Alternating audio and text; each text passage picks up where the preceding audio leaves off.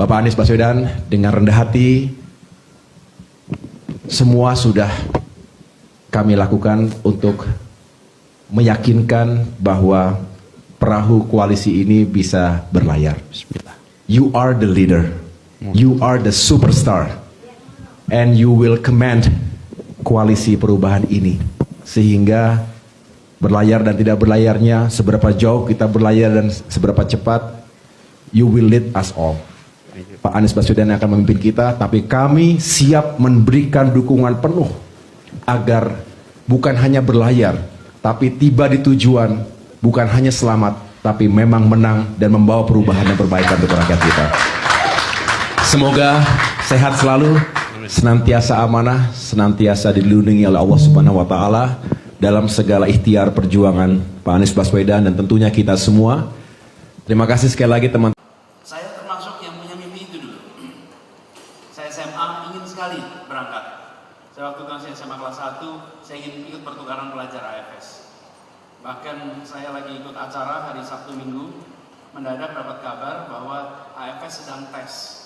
Saya ngebut ke lokasi AFS, ternyata udah tes tahap kedua, padahal tesnya 3 tahap. 1, 2, 3 terlambat kan? Setengah panik, ini mimpi lama sekali, terlambat.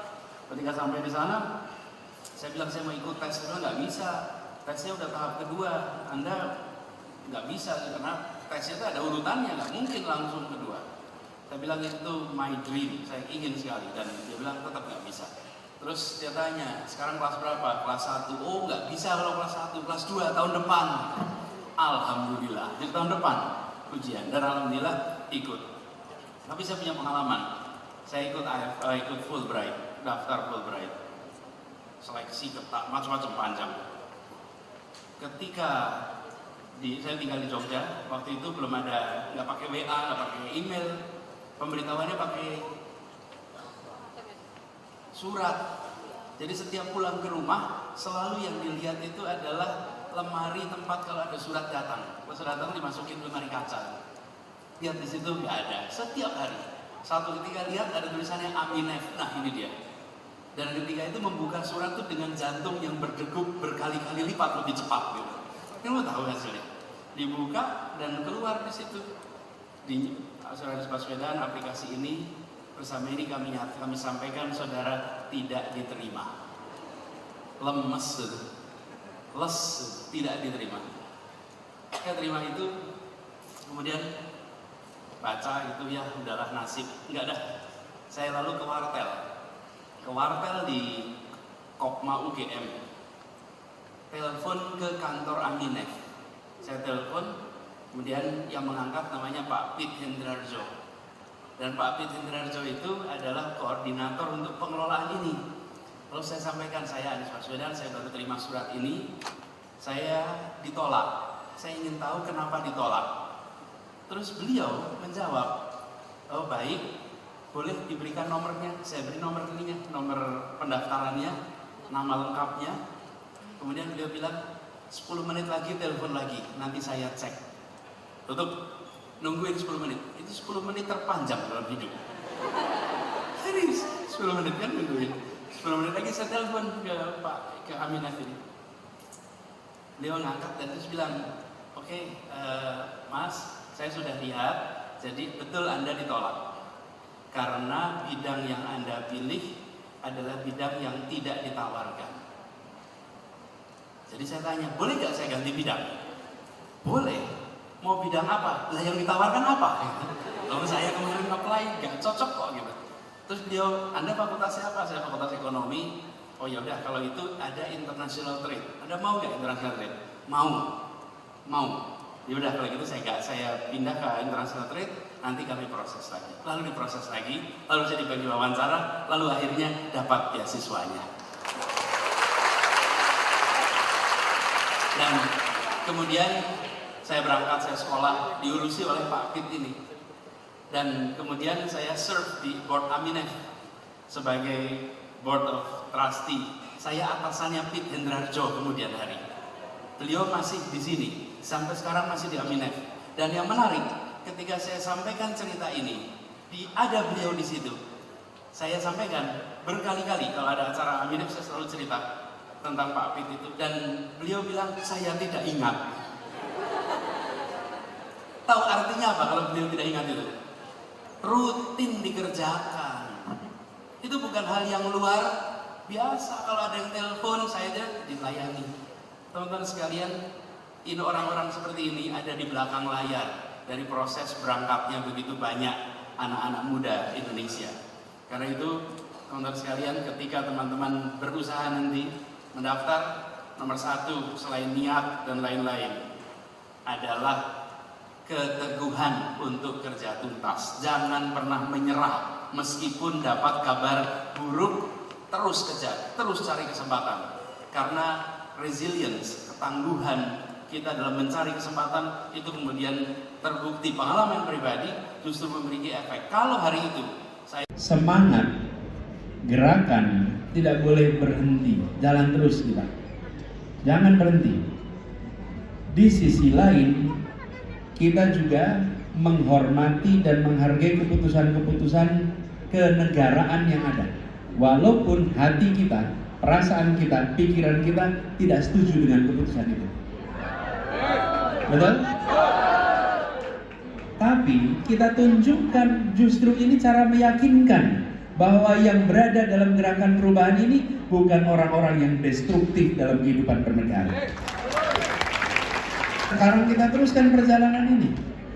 Bapak sekalian, perjuangan itu jangan dilihat sekedar sebuah peristiwa yang harus segalanya selesai di situ. Usia Indonesia bukan sekedar usia badan kita. Republik ini usianya panjang dan gagasan perubahan itu memiliki juga harapan hidup yang panjang. Karena itu jangan dimatikan harapan hidup untuk perubahan itu. Justru harus dihidup keraskan harapan itu. Ada bantuan sosial yang diakui oleh para hakim sebagai problematik. Ada pengerahan aparatur negara yang diakui oleh para hakim sebagai problematik. Ini bukan gitu ngomong nih, saya mengutip kata-kata hakim nih. Karena dalam dissenting opinion disebut, betul ya, saya boleh kutip itu sekarang.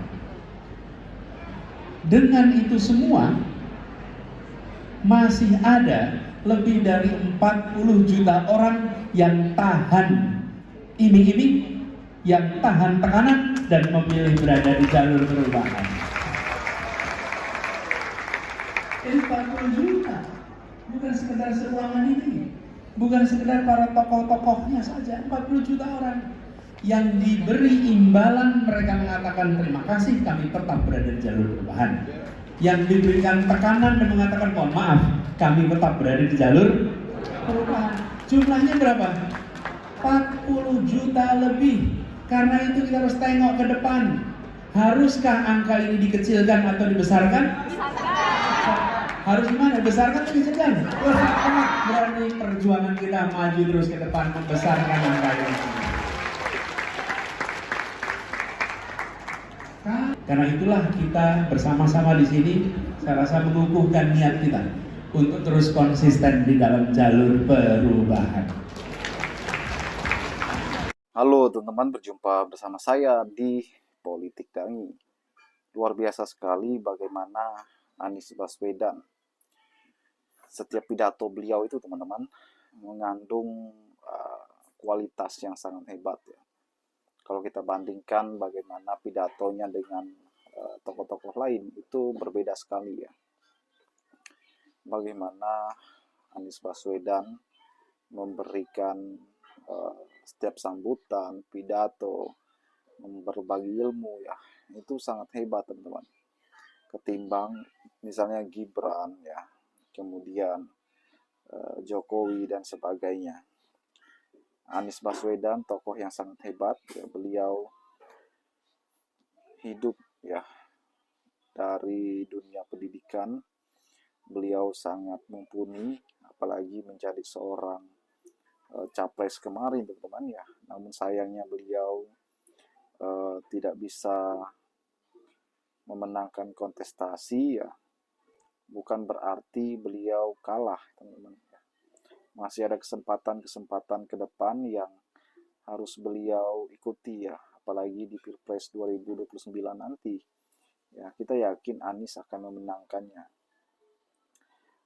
Kemudian bagaimana Anies Baswedan ya selalu jadi barometer perpolitikan Indonesia.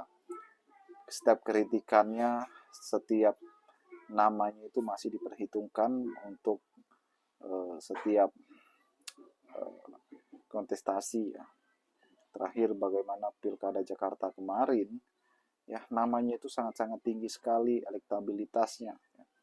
Bagaimana Anies membuat gebrakan yang sangat hebat. Ya, ada 2 ormas setidaknya yang saat ini benar-benar miliknya ya. Bagaimana gerakan rakyat, kemudian aksi bersama. Ini adalah ormas-ormas yang sangat menyentuh rakyat kecil ya, karena bergerak ya dari bawah dan cikal bakal menjadi partai Anies Baswedan ke depan. Semoga Anies akan menjadi pemimpin di Indonesia ya, supaya Anies membawa Indonesia menjadi lebih sejahtera, menjadi lebih luar biasa teman-teman, dan membawa perdamaian dunia. Bagaimana menurut kalian? Kita diskusi di kolom komentar ya.